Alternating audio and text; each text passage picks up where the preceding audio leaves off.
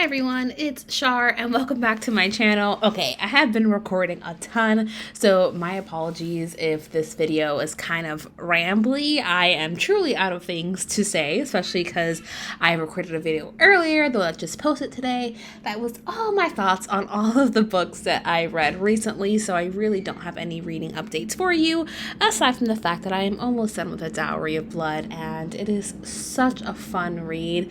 Fun isn't even the right word. It's fun in the sense of how beautiful the writing is and how enjoyable it is to read. It is a very dark and heavy story though, but something that is really amazing to me is like how the author is able to pull or evoke certain emotions in the reader at always the exact right time, and it's something that is done so well that I'm noticing it. I usually don't notice that in book, but it evokes all of the right emotions. And earlier on, I don't know if this is like the right way to phrase it, but this is a book about Dracula, who, amongst other things, is emotionally manipulative and abusive, but the way that the author kind of tells the story through Constanta is absolutely just amazing. And I think the way she's able to evoke those emotions exactly when we were supposed to feel them just adds so much more complexity and depth to the story, because it makes it feel like you're in Constanta's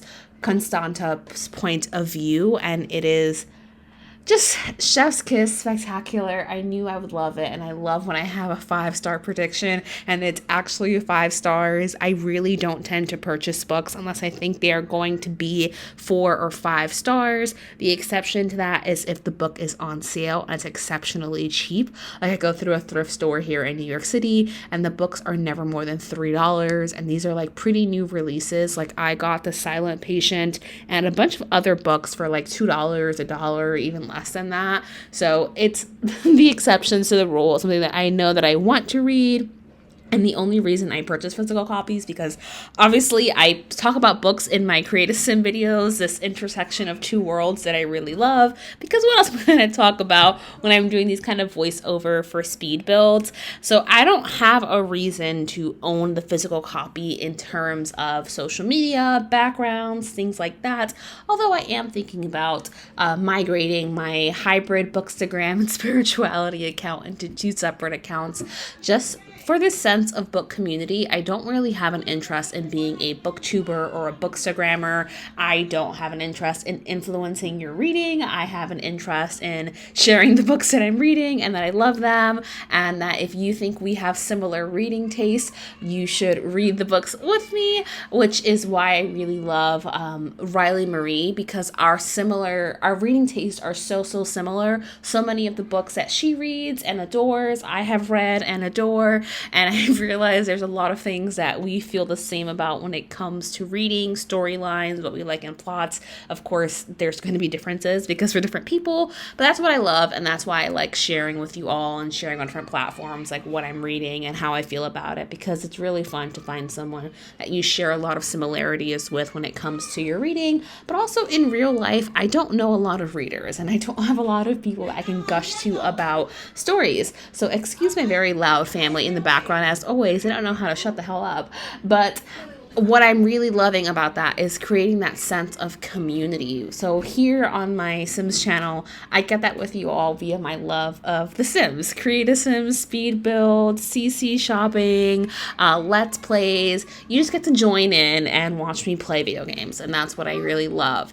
And I love talking to you about books for the exact same reason. If you are a reader, you get to hear about me gushing about certain stories, and you can tell that by the fact that I've just spent like 3 minutes talking to you about absolutely nothing, not even any specific books really, aside from A Dowry of Blood, and just talking to you about reading in general. So with that said, I did not plan to do another Create a Sim video, but I was playing my Cottage Living LP, which is really fun. It's all the cozy vibes. If you're looking for like cottage core, farming, playing with our cow, living in the village life, swimming in the lake, just very chill, calm vibe, lives. That's definitely the Let's Play to watch on my channel. It's super fun to play, but our sim has this beautiful man who is her new boyfriend. His name is Devin, and as gorgeous as Devin is, he is displaying to me some things that I'm not pleased with.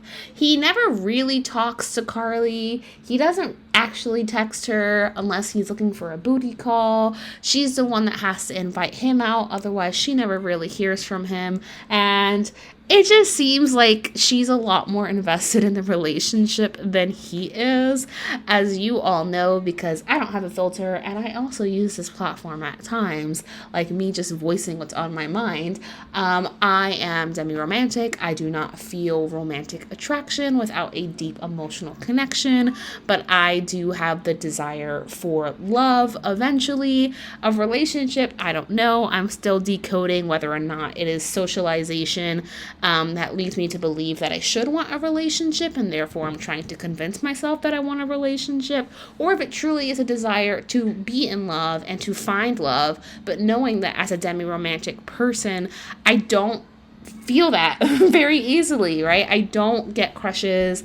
I never meet someone and like get the heart flutters and think, oh, I really like them. That doesn't happen for me. And to give you some context, the last person I had a crush on was in college, and I knew him for 3.5 years before I ever felt anything romantic for him. And unfortunately for me, in that time frame, he did get engaged and got married, so that was not fun for me. But yeah, something that I do struggle with is dating as a semi-romantic person who eventually would like to be in love and experience the feeling of love, but it does not happen very quickly for me. In fact, it can take years and years and years before I ever feel a crush or some kind of love or romantic attraction, but I do feel sexual attraction, which is all to say, our girl, dating this guy in The Sims, really throwing red flags. I went on a date in real life with this guy who did something very similar. He would only ever want to text me to ask me out on dates, and then when we were on dates, like everything was great, fantastic, we had good times, but he only ever wanted to do what I wanted to do, and it was just off, like red alert stuff. So that's what led to this video, is me realizing like Carly should raise her standards a little bit. Devin is really hot, but he doesn't seem as interested, so they're going to have honest conversations, because she's not just going to leave him. She's going to talk to him about it and communicate her needs.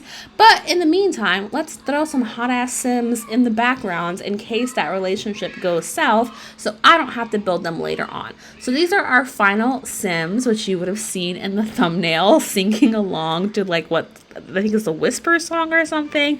Just hilarious stuff. I was in a goofy mood. So we have Clay, we have Valentino, we have Calvin, and then we have the first Sims whose name I forgot, but they're all absolutely adorable. As you can tell, Calvin is one of my favorites. I think he's really hot. So I hope that you enjoyed, and I'm going to see you next time. Bye, everyone.